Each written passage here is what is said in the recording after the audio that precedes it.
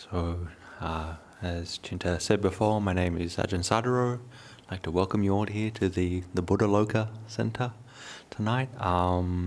Just as a quick show of hands, has anybody not done any meditation before?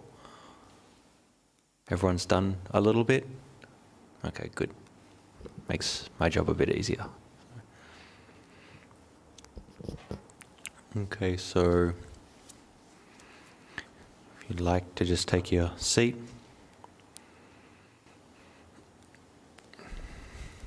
Just try to find a comfortable position.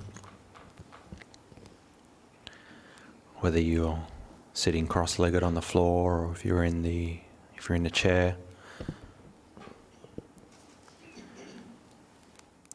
Either is fine, but as long as you try to keep your back nice and straight.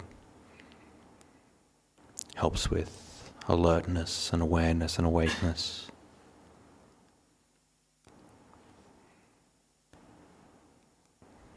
So just before we start the meditation, just try to recollect why it is that you've come here tonight.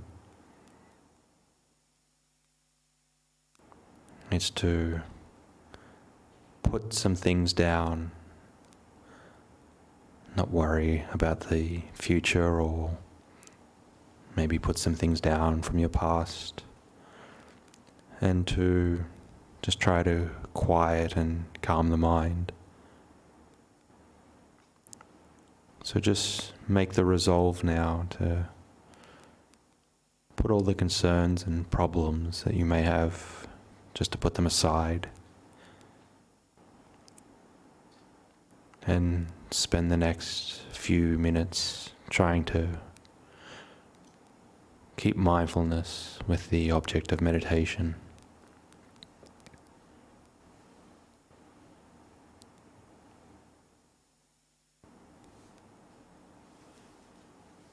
And we can start by bringing awareness to the feeling of the body sitting here.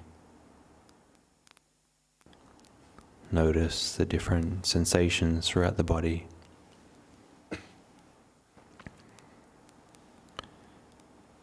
The feeling of the weight of your body touching the chair or the seat. And the weight and the pressure of your legs.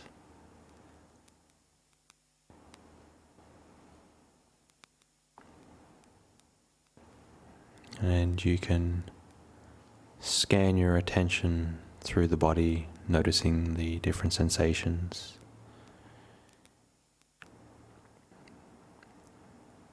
Move your attention around the body, just like if you were shining a spotlight around.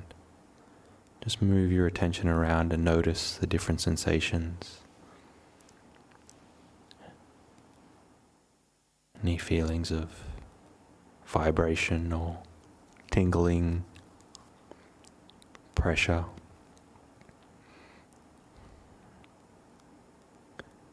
Any kind of temperature or feeling of your clothes touching the skin.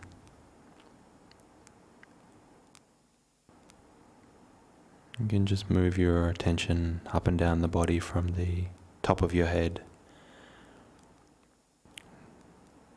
Scan all the way down through your face and through your neck and shoulders. And move your awareness down your arms, and again just notice the sensations, whatever they are, pleasant or painful or neither. Just notice whatever sensations are there. You can move down through your torso and your stomach. You can feel the chest and the abdomen rise and fall with the breath.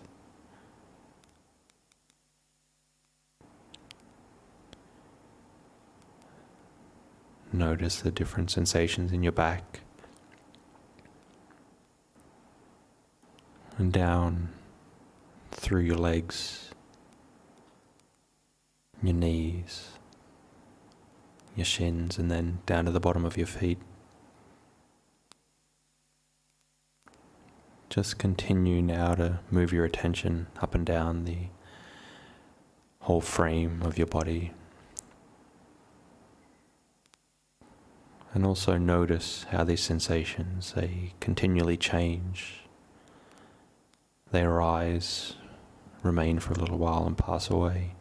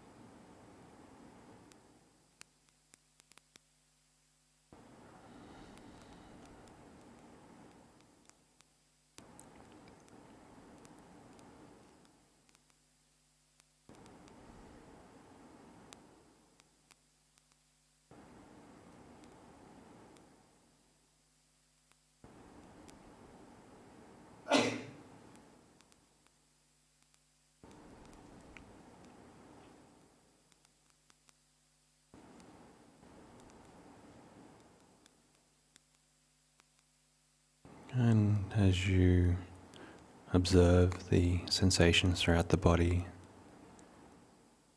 start to notice the sensations associated with the breath coming in and going out.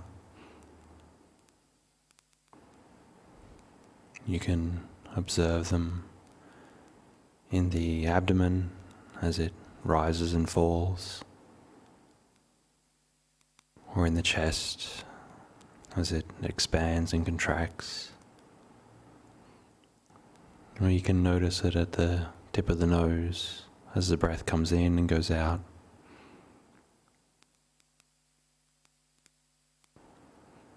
Wherever you feel that you can anchor your attention to in any one of these three places, just try to follow this process of the in and out breath.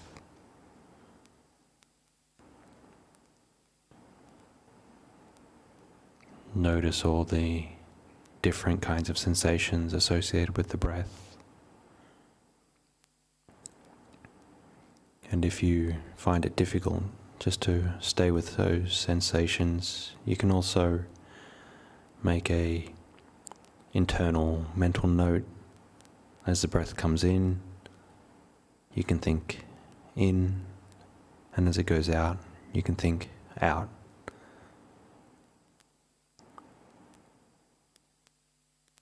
But just try to keep your attention focused on any one of these three places as the breath comes in and goes out.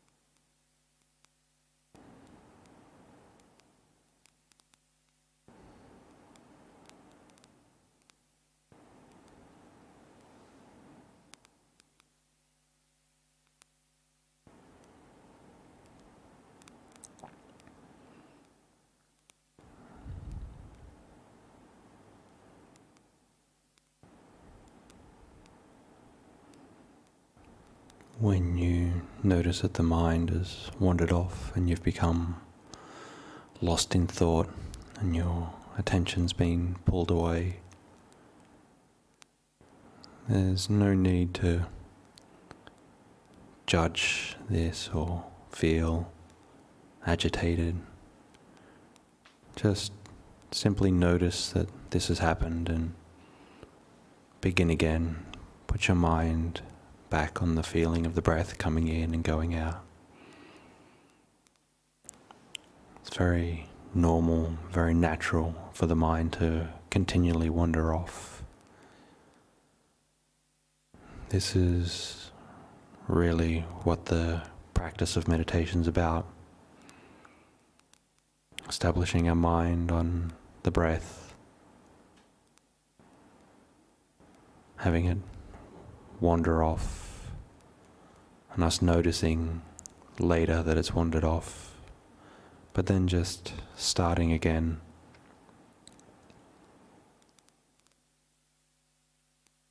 So just continue to keep your mind and your awareness and your attention on the feeling of the breath coming in and going out.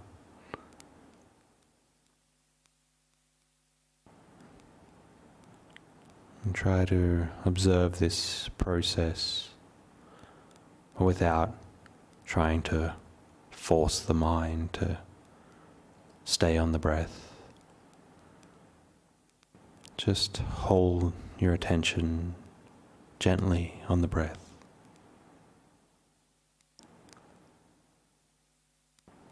Like you would hold a small bird in your hand.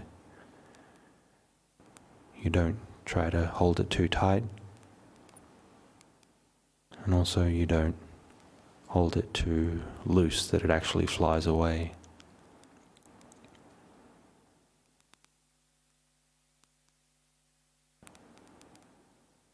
Just gently keep your attention on the breath as it flows in and flows out.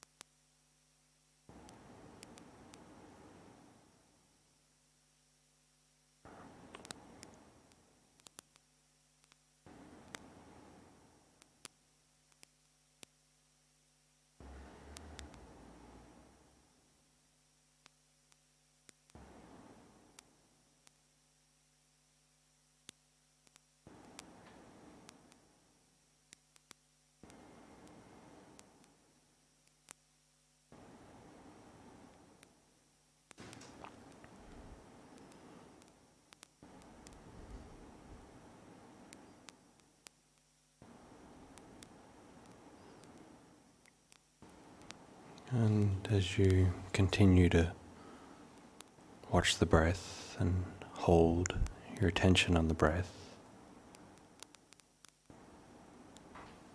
take a short moment to take stock of how you maybe feel at this moment.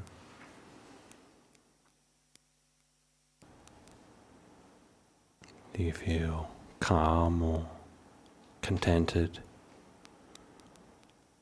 or maybe distracted or bored? You might have some pains in the body, or it might feel light and buoyant.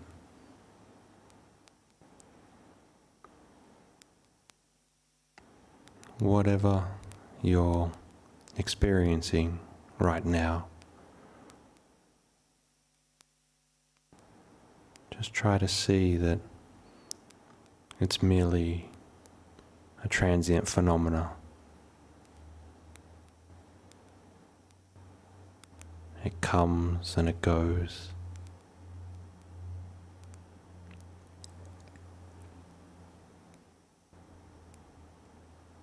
Any thoughts that drift in out of the darkness merely dissipate and sink away.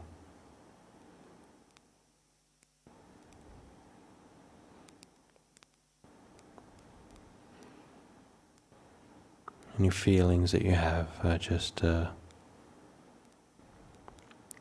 whirlwind and a hurricane and a cloud of sensations moving throughout the body and thoughts in the mind.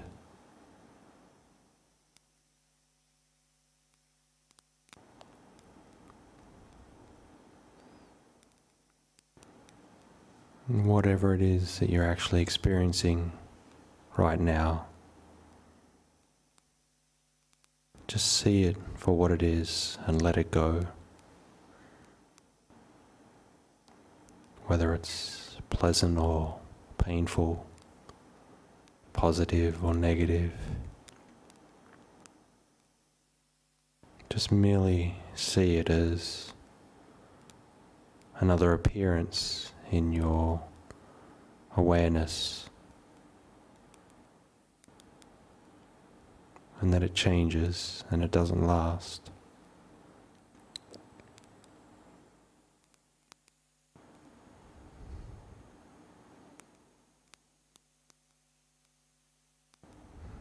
Try to broaden your awareness to encompass this mass of changing phenomena,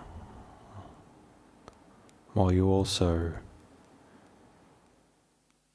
are aware of the breath coming in and going out.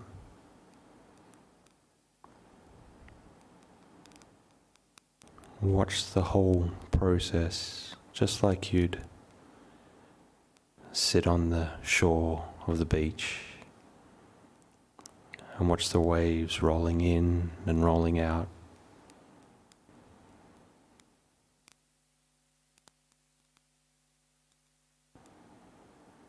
Just watch the breath in this same manner, and the moods and emotions and the sensations and the thoughts. Watch it all just roll in and roll out.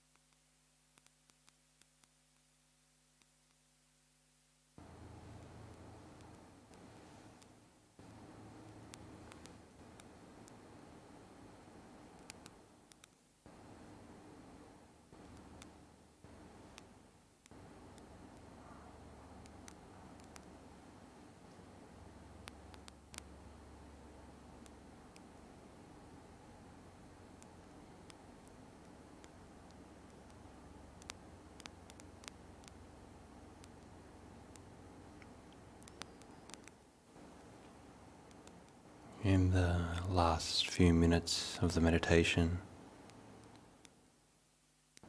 just try to drop everything.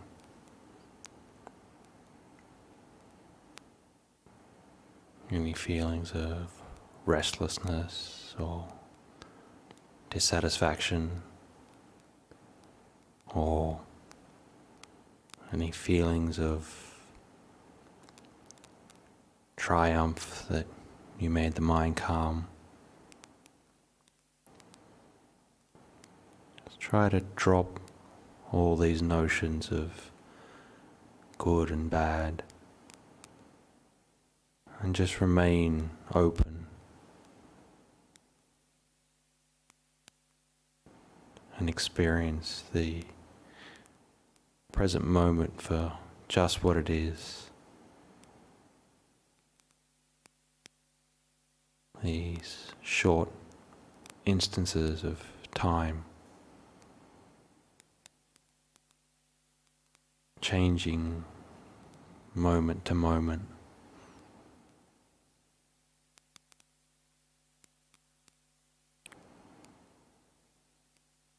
Just drop it all, let it all go.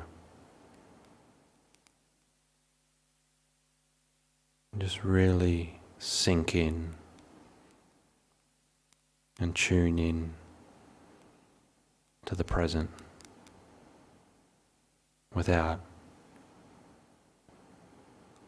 trying to control it or label it or judge it.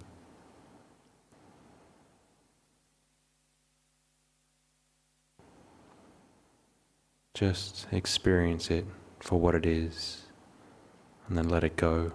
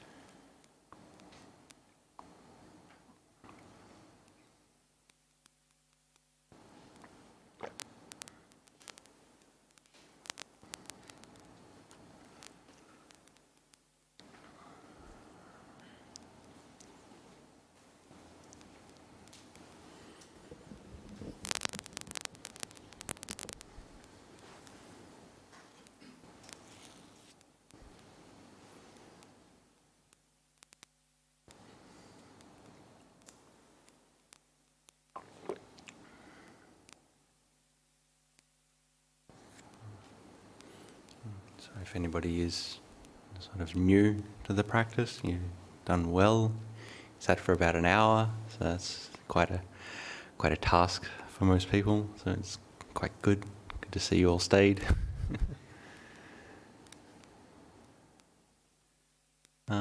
Does anyone have any questions about meditation or anything like that?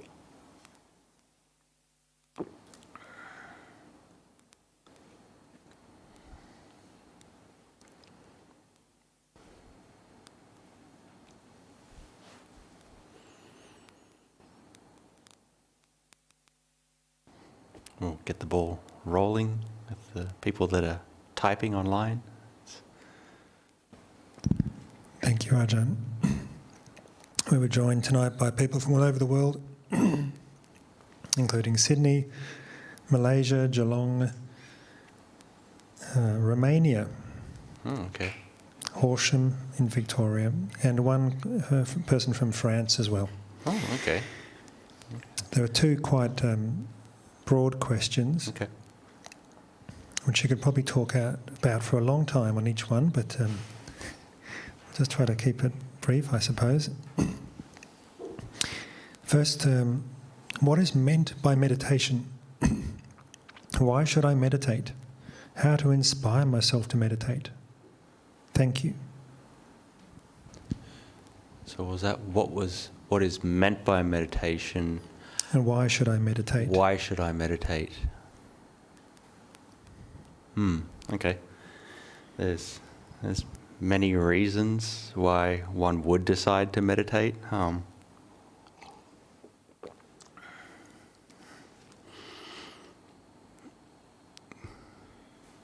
Each of us really just has to deal with our own inner experience.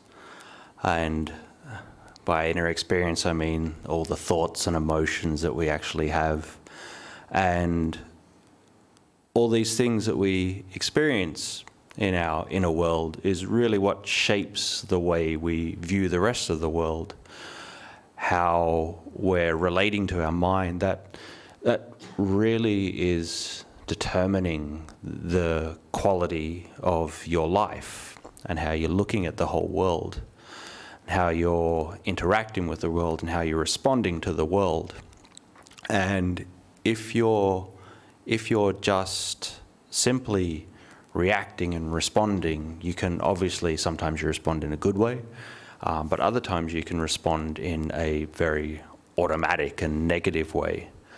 So if you don't have a means to actually examine your inner world or observe your inner world, or even to some extent have some sense of control over your inner world, then it's going to be pulled around by all the different causes and conditions, and it'll be like it can be a mess. So that's why we take up a practice like meditation, so that we have some understanding about what the process is happening when the mind starts to move around, when we start to get different feelings. If we have this practice of meditation, then we can actually start to observe that and start to see how the mind moves and how different causes make it change into different ways, how it pulls us in negative ways, how it pulls us in positive ways. So that's why you would actually meditate, so you can actually observe that. Because if you have no control over that at all, if you have no insight into that at all, this is what causes you some form of suffering. You're just being pulled around by the whims of the world.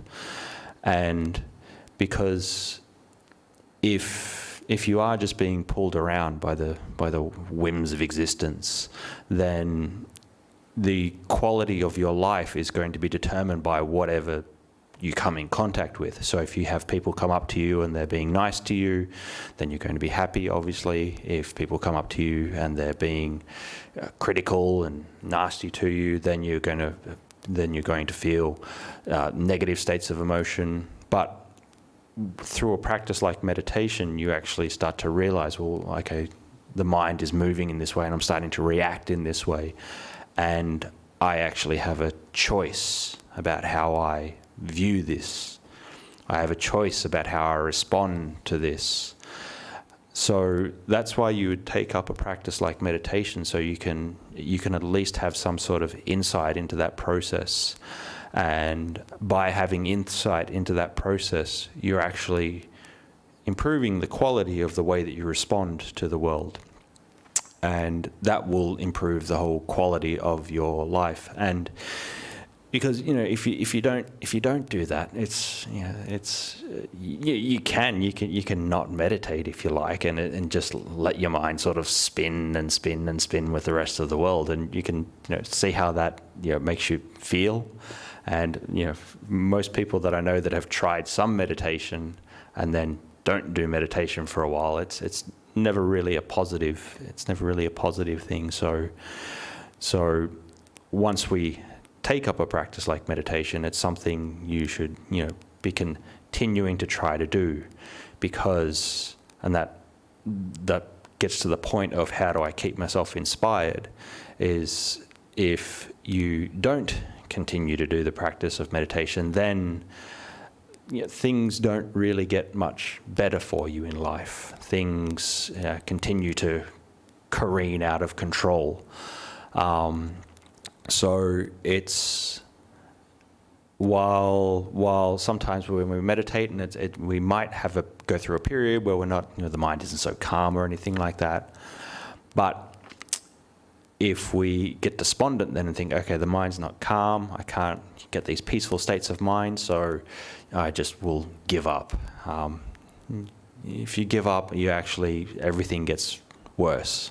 So keeping inspired to keep practicing is, in a way, trying to keep yourself away from suffering. If you don't practice, then you do suffer more. So it's not always the blissful and beautiful and great mind states that will keep you inspired. It's this factor of, well, if I don't, then things don't really get much better in my life. They only actually get worse. So hopefully that answered the question.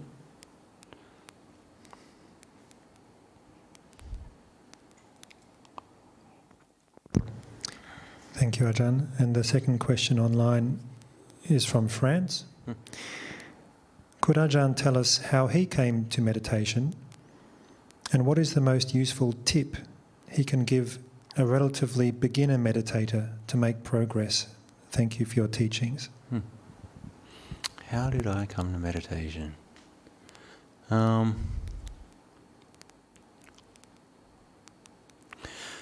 So I was, this is going back a while now, but I was your average, 20-year-old sort of fighting against the world and wanting to make something of myself and do something of myself, and was really, pushing for success in many areas of my life, and wanting more out of life. And I was working in a particular kind of area, and I got a level of success. I got a level of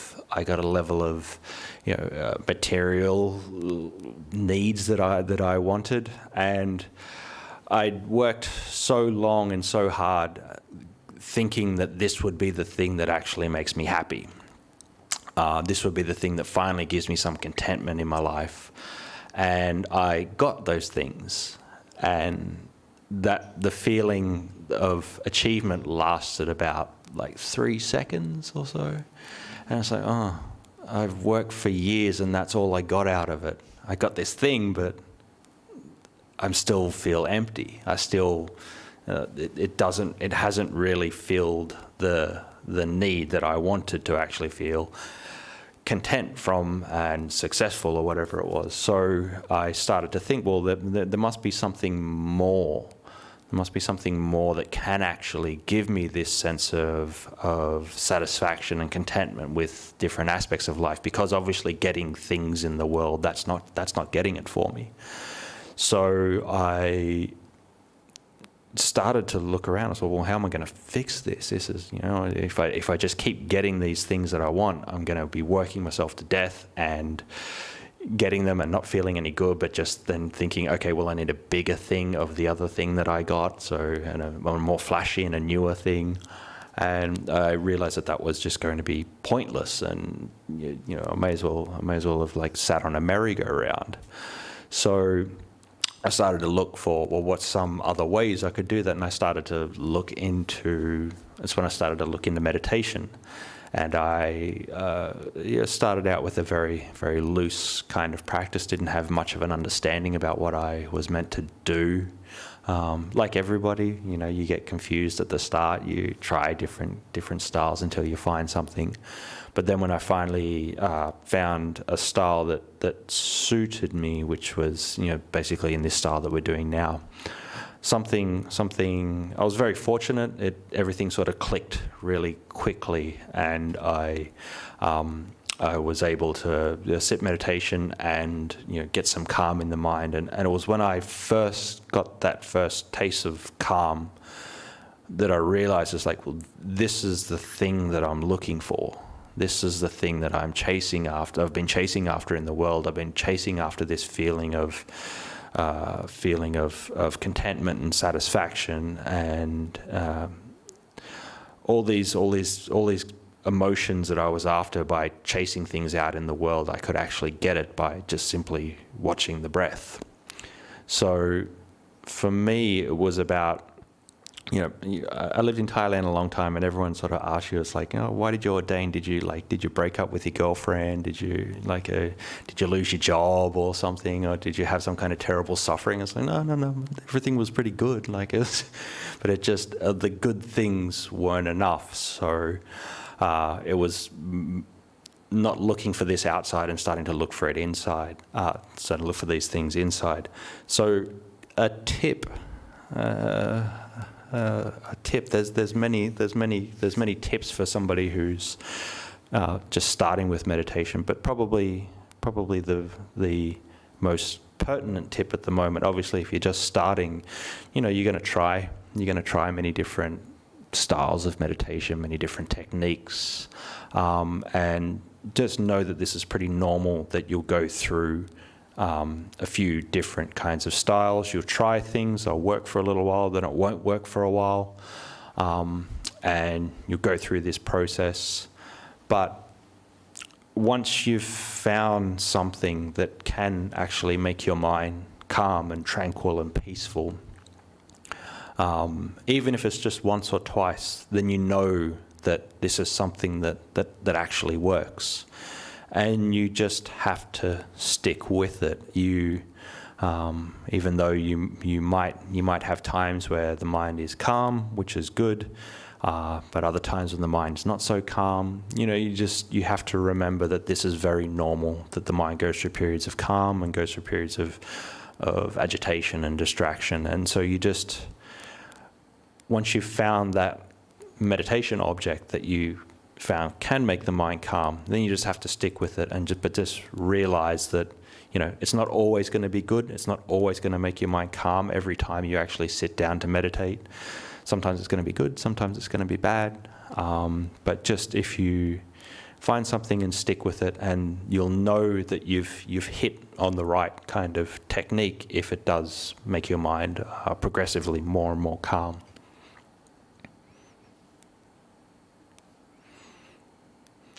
Any questions from anyone in the room? Yeah? Can I ask a question? It's not so Yeah. much about meditation. Yeah. But I have two questions. One of them is what's the best way to reduce your anxiety is? I know you can follow the principle that nothing's permanent, but and doing meditation and things like that, what can you tell yourself practice to reduce attachments? The second question was, say someone has health anxieties, and that the body Health anxiety. Yep. So worried about Yep. but that the body is impermanent, that it's part of life, and the noble truths, whatever it is, that people do suffer, suffering in their body. Yep. So I'll just repeat the questions for people that are online. So the first question, if I understood it correctly, was what is, obviously we do things like meditation, but what is one way that we can reduce our attachment to people around us, the things in the world? How do we do that in a way besides meditation? Is that the first part of the question? Yeah. So there is...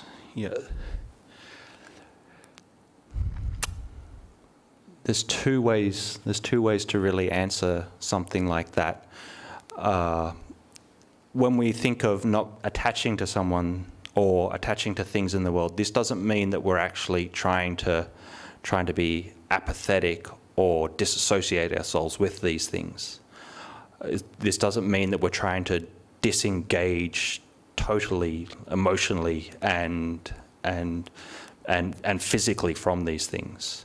You still have to act in the world. You still have family. You still have people around you. You still have people that care a lot about you. You still have roles and responsibilities that you have to do.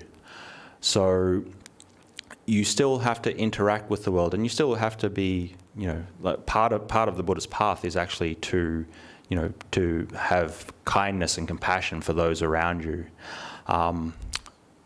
but to not attach to them. This is more about, so this is not about trying to be negative and sort of push these people and situations and things away.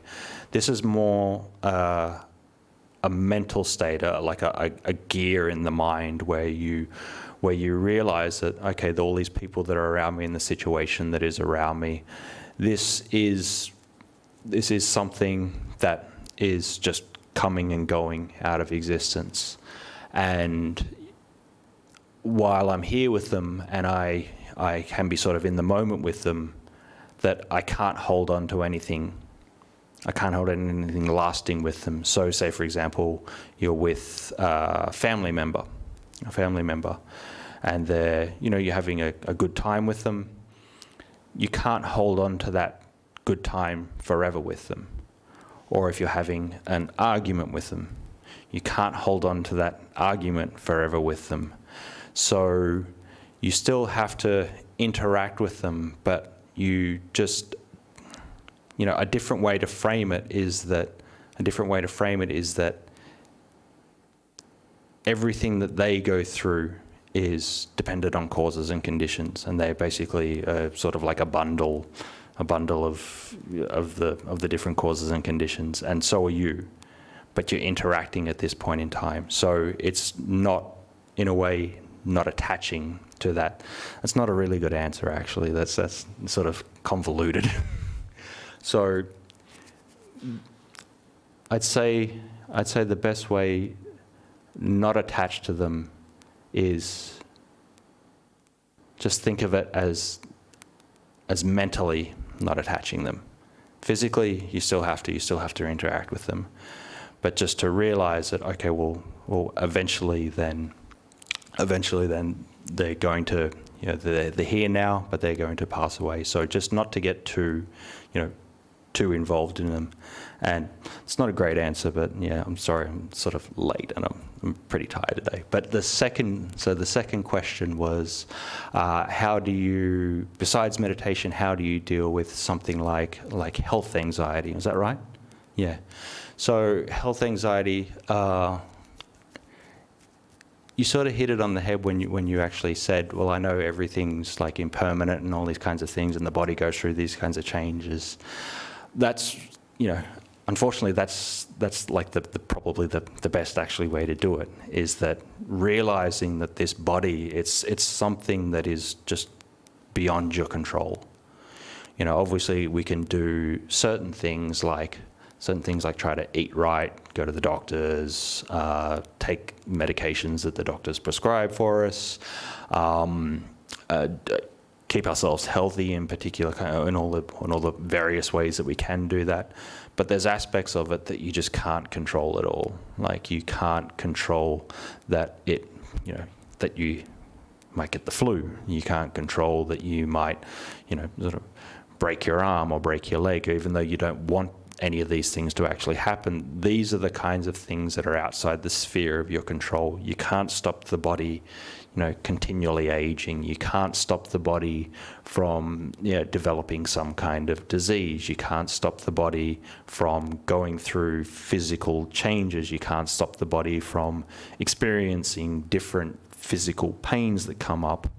So there's aspects of the health and well-being of the physical body that it's just outside of your control. We have this feeling that, okay, this is my body, and if I exercise and if I eat right and if I wear a mask and if I stay away from all germs and everything, that I won't get sick. And so we think just because we're sort of riding around in this head that we can control this thing. But you have about as much control over your own body as I do everybody else in this room. You have as much control over everybody else's body as you do your own, which is none.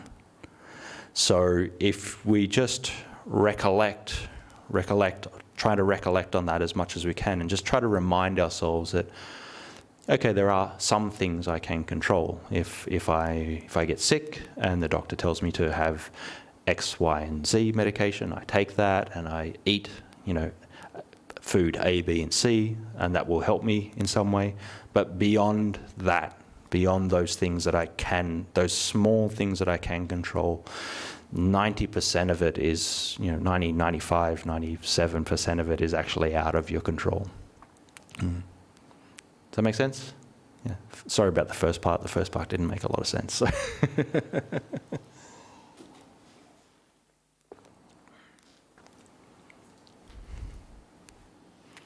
Any one final question?